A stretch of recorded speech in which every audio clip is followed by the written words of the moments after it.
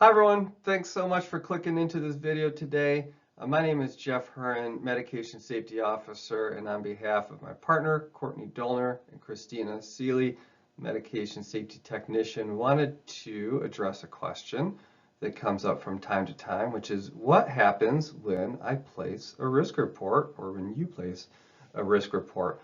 It's a good question, and the very short answer to that is every safety report is reviewed and addressed by multiple individuals in our system. If you're interested in learning more, come along for a ride and we will talk about it in more detail.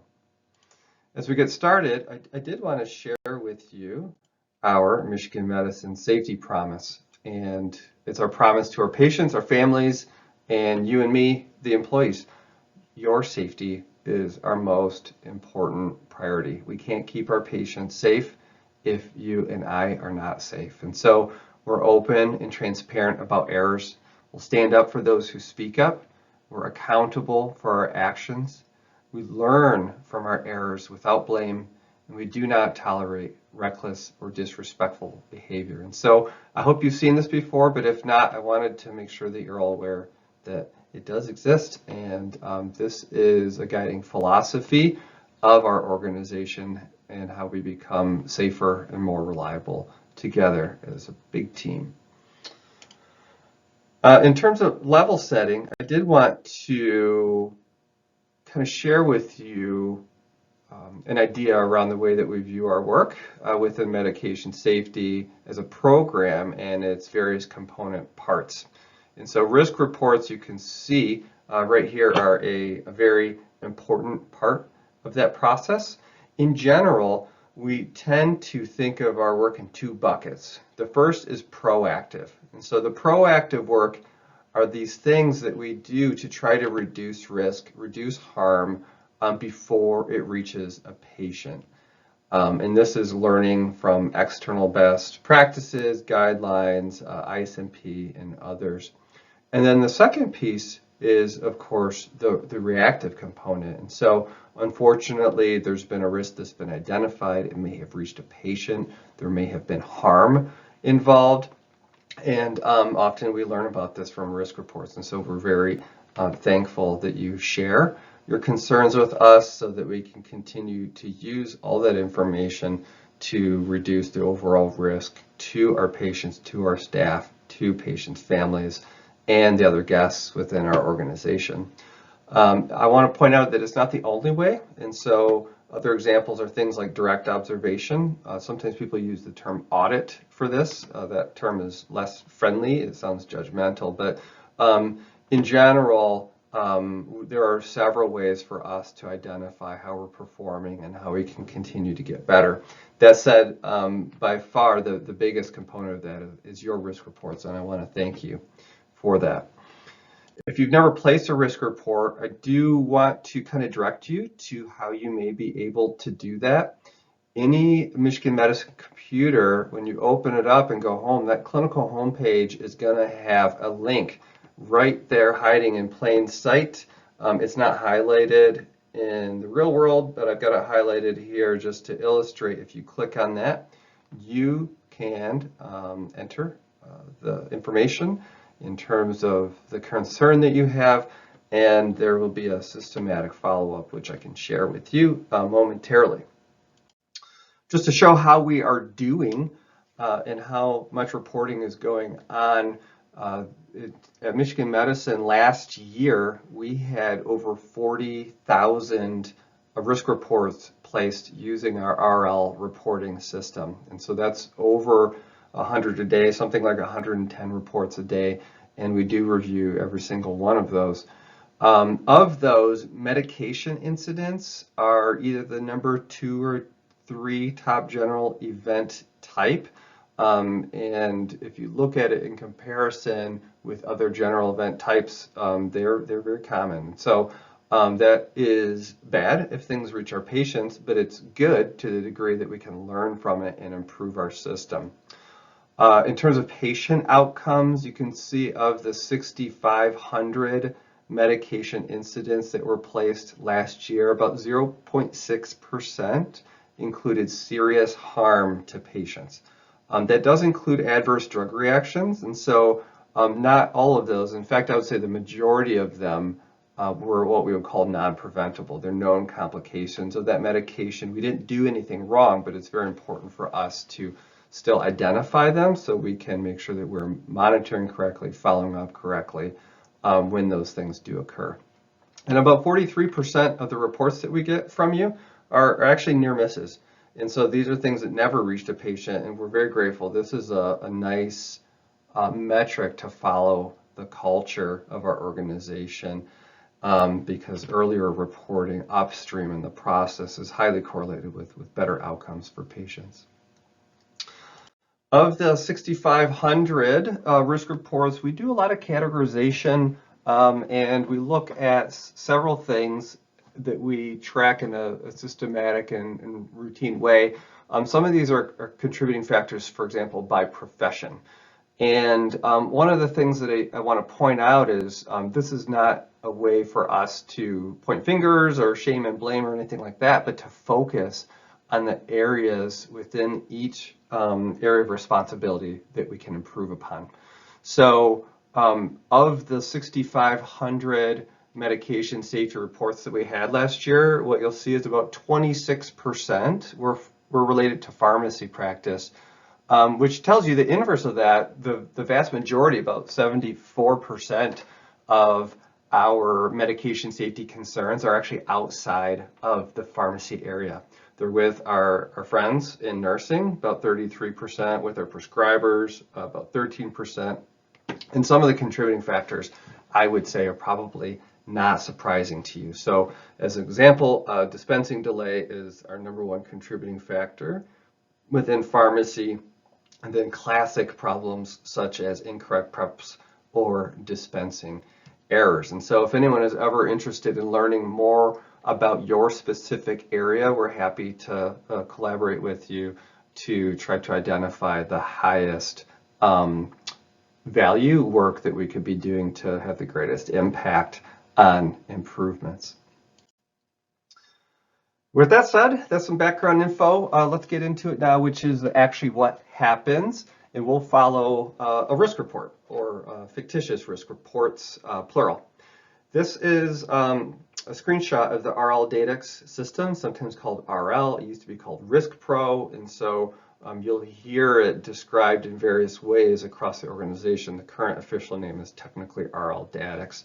And you can put in your username and password when you submit a report. That said, if there are any concerns that you have and don't want to make yourself known on that report, we certainly support you in doing so.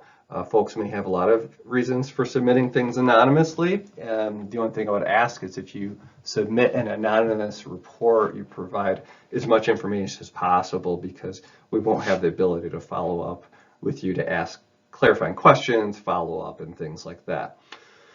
That said, probably 99% plus of our reports all include a person's name. And so that to me is a good sign. It shows that people feel comfortable speaking up. They don't fear repercussions and things like that generally. And so that's a good sign to me. So a general overview of the risk report process is described in this figure here. So we'll start on the left-hand side and say that the report is entered by you or someone else, and there are several things that occur in parallel at the same time after that. So the first is screening, where we are trying to identify medication-related concerns not included under a med event type. There is the adjudication, which is mostly done by Christina Seeley. Courtney and myself also do it as well. Notification, which is a system function, and it is mostly automatic, but sometimes manual, that we have to manage. And then the most important part, which is doing something about it, and that's the follow-up, which we'll discuss. So when a risk report is placed, we on the medication safety team will screen the non-medication reports. And so These are the general event types that live within the RL system. The one that you're mostly going to be concerned with is a medication issue or adverse drug reaction. That said, there are many others: fall, infection control, etc. And so sometimes there are things placed that are primarily medication related that we want to move over to medication, or we will copy that to duplicate the file because there might be 3 problems described in a report, and we want to have all of them where they belong so that, again, they can have the appropriate follow-up with them. So that's 110 reports a day, and there are probably 5 to 10 that we will recategorize as a med event. An example of this, there's a risk report here that describes a documentation issue that occurred in radiology with IV contrast. There was an error in both the process of documentation as well as who performed that documentation. And so we moved that over to medication because these contrast agents are classified by the FDA as medications.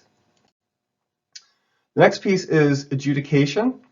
And adjudication, we go through every single report that is placed because we want to be able to accurately track the reported safety issues. And so people submit reports with good intent, but we have very specific terminology that we use behind the scenes in terms of describing the patient outcome, categorizing the error type, the contributing factors, etc. And so over time, we can see our reports and our overall performance as it relates to those reports. So this chart at the bottom gives an example of a I would say, a routine metric that we follow, which is medication events that are category F or greater. F is a NCC MERP algorithm category that means a patient had an increased level of care or increased length of stay. And so what you'll see is this number in terms of reports has a very small downtrend in line there. That's for reports, and so we want to make sure that we're not over interpreting that because reports are not reality, they're just reports. And so we want to make sure that we corroborate this information with objective information in terms of like Epic, MyChart, etc., and things like that. The next thing that we want to talk about is notification. So how do people become aware of the risk report that you placed? So we have several different ways to do that, but we want to make sure that the responsible folks are aware of the report so they can do something with it.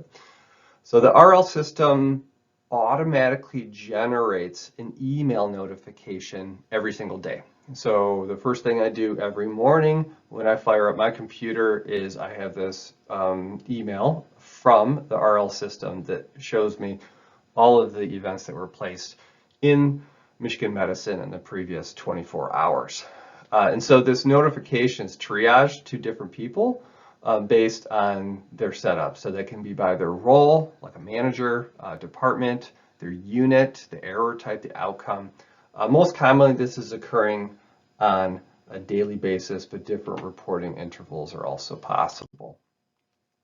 An example of this for pharmacy is that we have a collated pharmacy management report that runs every day.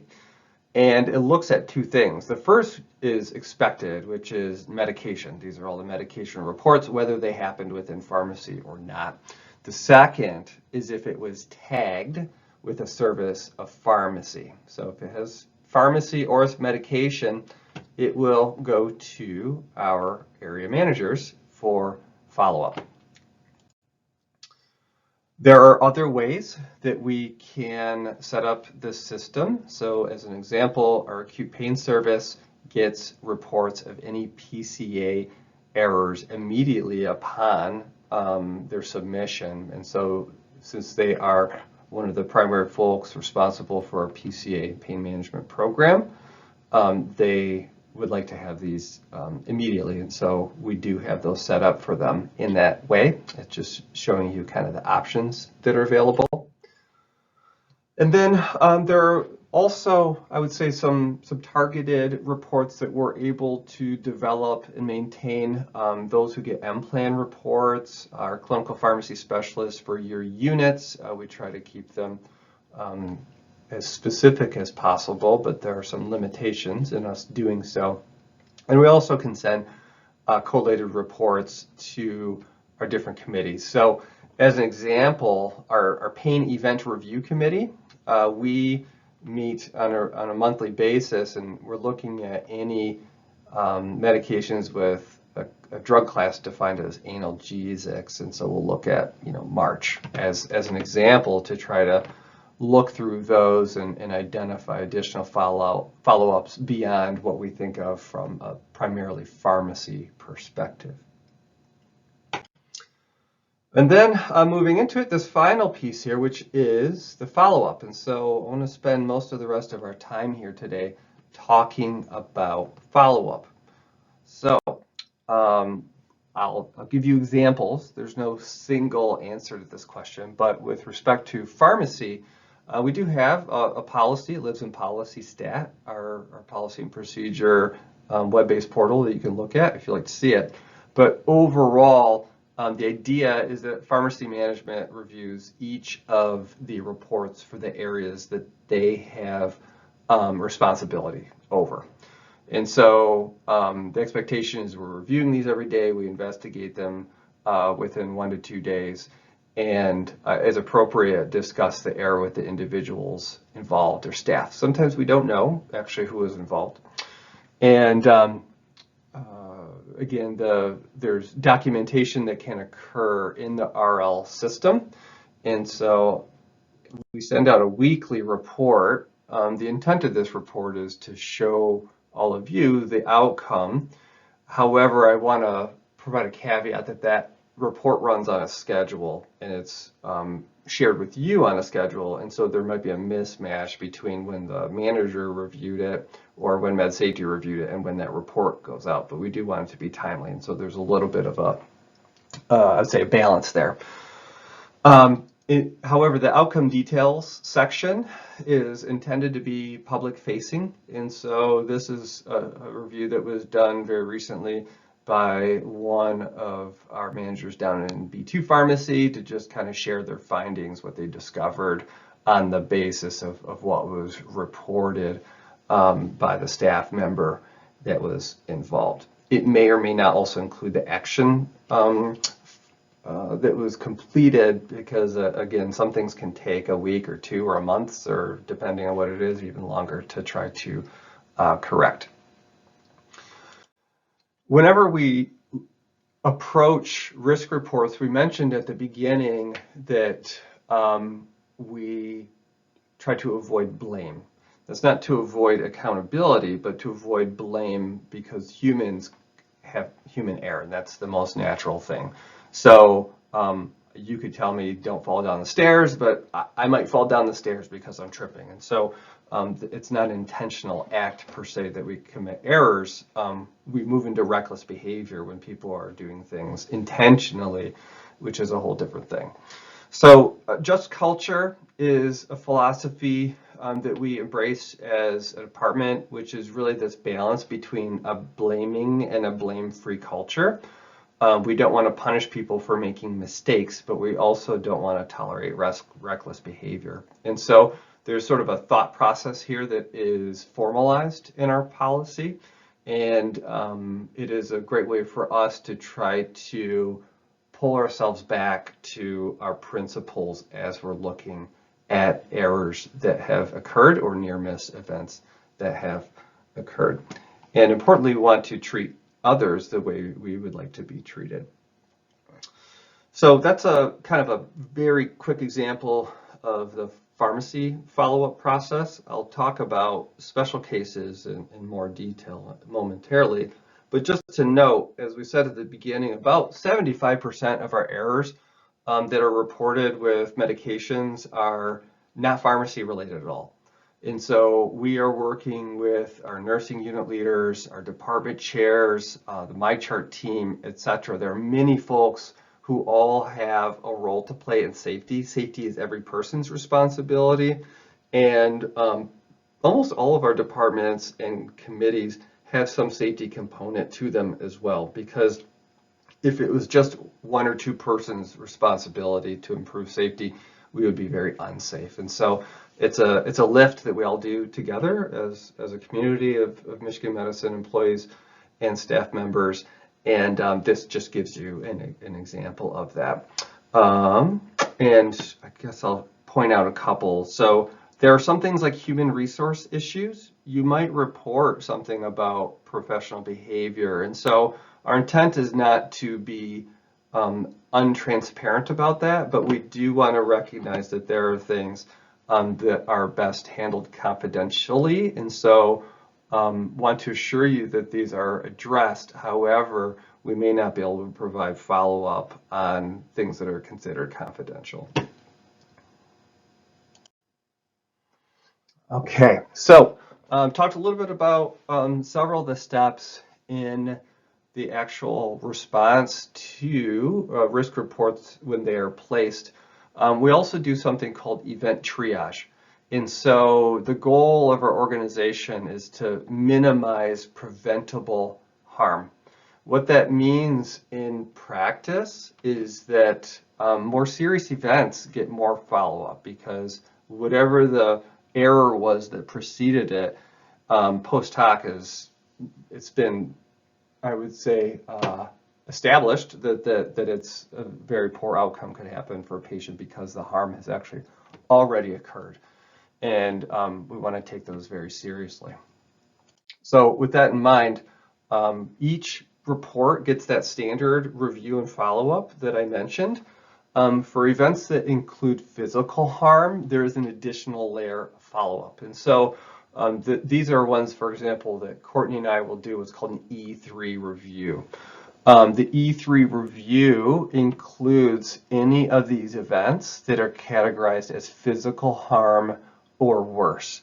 And so physical harm reaching patients may or may not involve pharmacy, most times not. But we do ask ourselves additional questions to work with our patient safety event team and others outside of pharmacy to triage it. And so we want to think about what are the root causes, asking ourselves the question why 5 times to try to get to an answer. And note, did a deviation from our standard of care actually occur? So did we do something other than what we should have, or is this a known complication and the patient was unfortunately unlucky? We want to describe exactly what that deviation is. So we want to be clear about that. And we want to know also, did the deviation actually lead to the patient harm? We have many, many sick patients who are trying to get better, who are under our care, and will have bad things happen regardless, which is sad. What we want to make sure we are trying to be clear-headed about is, did the deviation from what we're supposed to do lead to the harm or bad outcome that was identified? This is sometimes actually very hard to do, particularly when it's about adjusting risk. And so we will provide a suggested score to our patient safety event team. We also want to make sure we identify human-related interaction issues with our med use cycle. And so we have many of those that we can kind of describe in more detail, but I will pause just for the sake of time on that. Other things that will occur based on the patient outcome are a root cause analysis. So in the next few slides, I'll give you examples of what we call sort of structured reviews.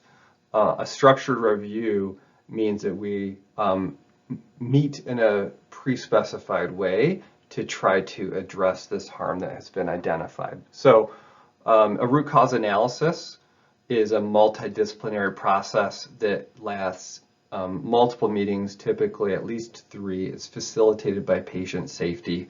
And these occur when we have identified a serious safety event.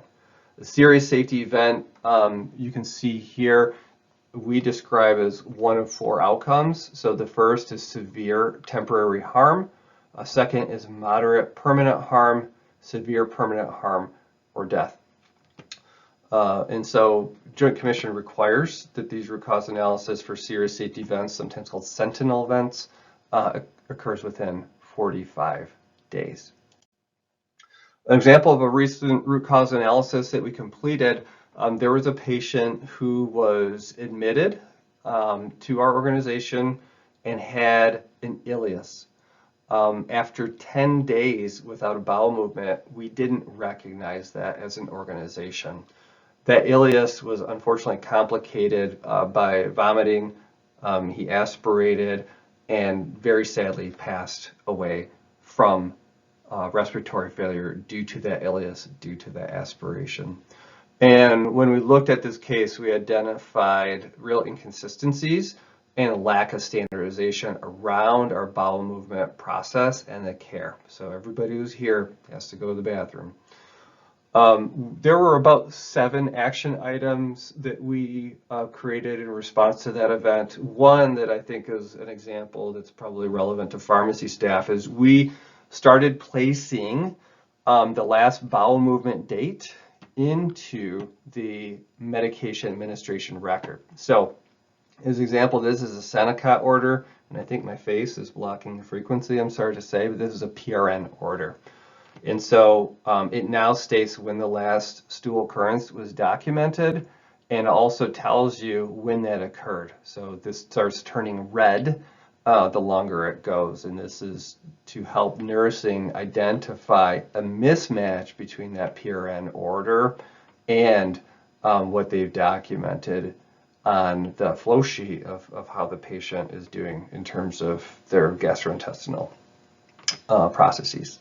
So that's an example of a single action item from a root cause analysis that was performed. Another type of structured review that we can have is called an apparent cause analysis. An apparent cause analysis is a fancy word. I think I typically just describe it as a miniature root cause analysis or a mini RCA. These are designated to occur when we have an event that's in between what's called an SSE5 and a PSE2. PSE is a precursor safety event. And so the SSE5 is moderate temporary harm, PSE1 is minimal temporary harm, and PSE2 is minimal temporary harm.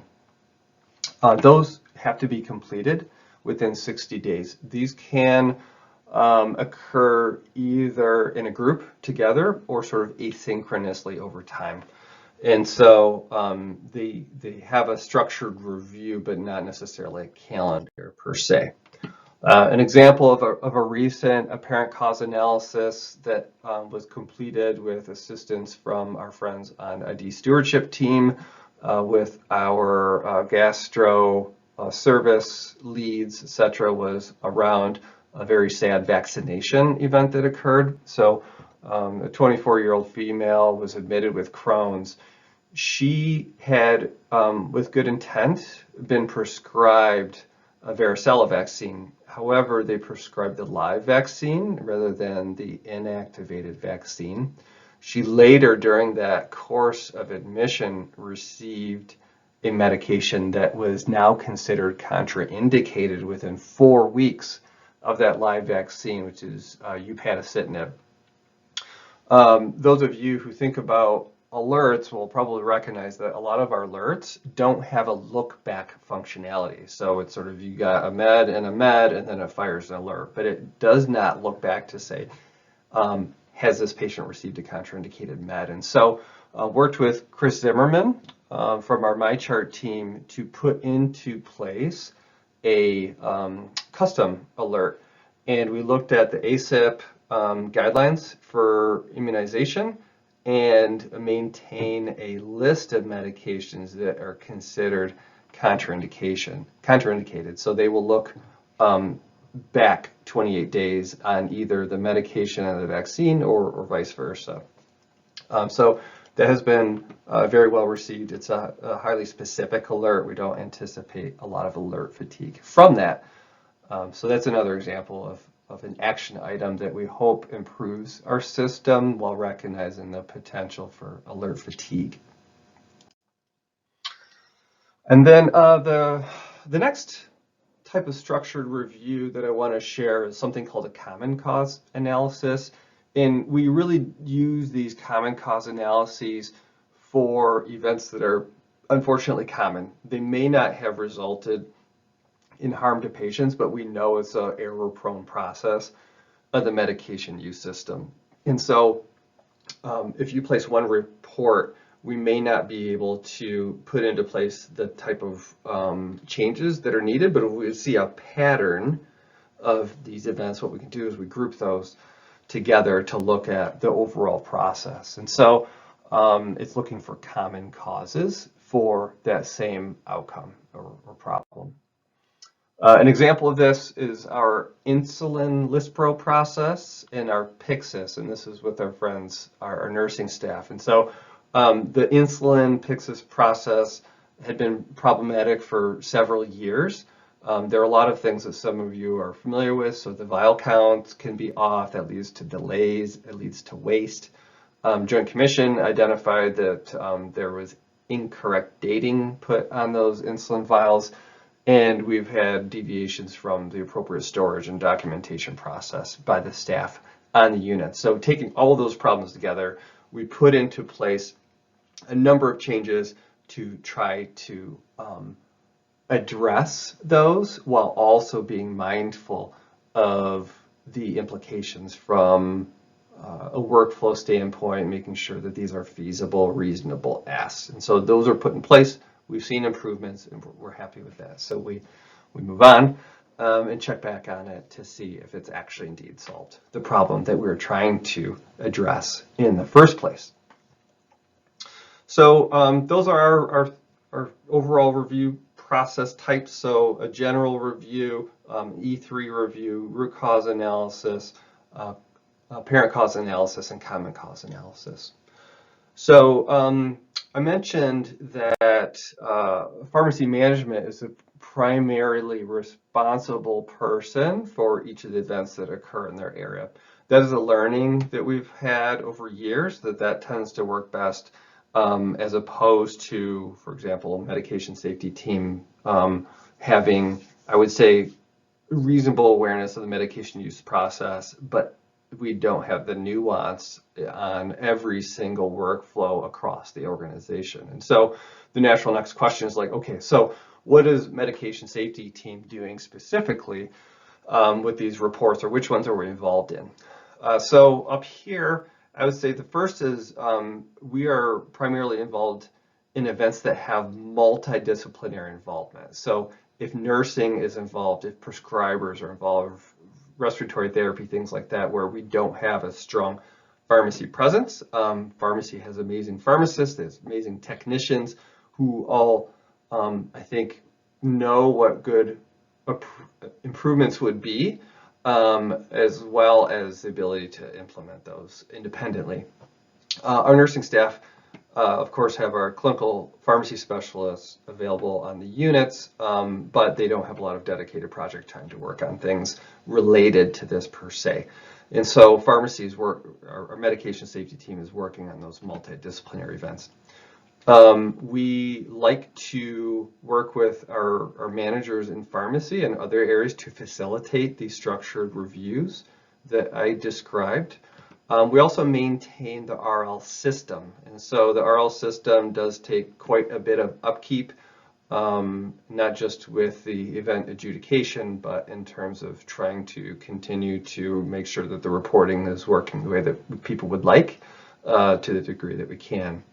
We also want to interface with our technology vendors. So many of you are familiar with, for example, the med safety team's role with developing and maintaining our Alaris smart pump and CAD pump libraries and data sets, as well as the data that comes from that in terms of reduction in alert fatigue, aligning with the Epic MyChart team and things like that. But we also work with VD, IV Prep, Pyxis teams, etc. We work to triage activities to make sure that the right people are looking at the right things. We partner a lot with the different departments outside of pharmacy. Two big ones, of course, are our patient safety department and then a related department called Patient Relations and Clinical Risk. And so we identify signals and changes to our committees. We work very closely with our Epic MyChart team, very grateful for those relationships, and our BD product team, led by Barb Higgins and Connor Ball. The system gaps are those that we want to take a look at, specifically when they cross different areas. So if it's a common problem across university, hospital, CVC, CW, infusion, etc., those are appropriate for us to take. And then developing controls, which are our policy procedure guidelines. So as it relates to risk reports, those are kind of the ways that we think about it. And again, if you recall the first slide where we're talking about proactive and reactive work, these are the pieces that fall within our team for risk reports in that category. So overall, the take-home points on this are that really every report is reviewed by multiple people. The area pharmacy manager, the medication safety team, if it was out on a unit, the nursing unit supervisor, and others, depending on what kind of med was involved, the scope, the severity, etc. Most medication reports actually occur outside of pharmacy. We get very internally looking at times, and understandable because that's within our sphere of control. But if we look at overall risk, a lot of the risk for medications is elsewhere, but also recognizing that we can continue to improve within pharmacy as well. Our improvement efforts are aimed at serious harm reduction as well as potential for harm. So if something is intrathecal error, we're likely to be very responsive to that because the potential for catastrophic harm is very high. And then again, repeat issues that are what we call chronic problems that are hard to fix. A last thing that I'll kind of mention is that we recognize change can be slow and that can feel frustrating sometimes. I'll give an example, something like Sharps safety. We've continued to see concerns expressed around Sharps, particularly with anesthesia staff, and we are continuing to escalate that over and over again. And so that's a problem that we are managing, and so we hope it's getting better. The goal is, of course, for us to get to zero, and we're not there yet, and we acknowledge we're not there yet. And so thank you to everyone who continues to let us know about that. So with that said, what can you do? What can you do for medication safety? I think the biggest thing is to just have this concept that safety is everyone's job, and that we can all individually contribute in small or large ways to making our medication use process safer, keeping our organization safer for one another, and being good teammates.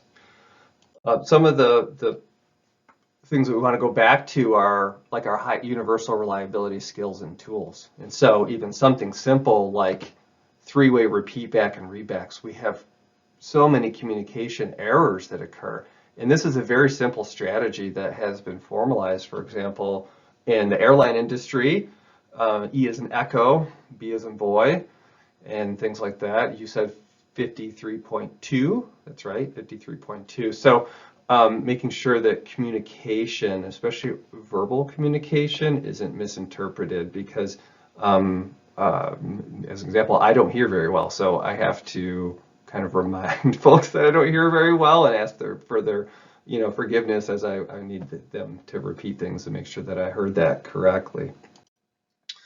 Also, a big one here is listen with empathy and intent to understand, and assuming folks' good intent. We understand that when safety things arise, people are understandably concerned. You can be upset. It can be upsetting, especially when we want to keep our patients safe and we feel like we're at risk of missing out on that. So when people are talking to you, when you're talking with others, trying to make sure that that is both heard as well as expressed, that we're trying to do the right thing for the right reasons.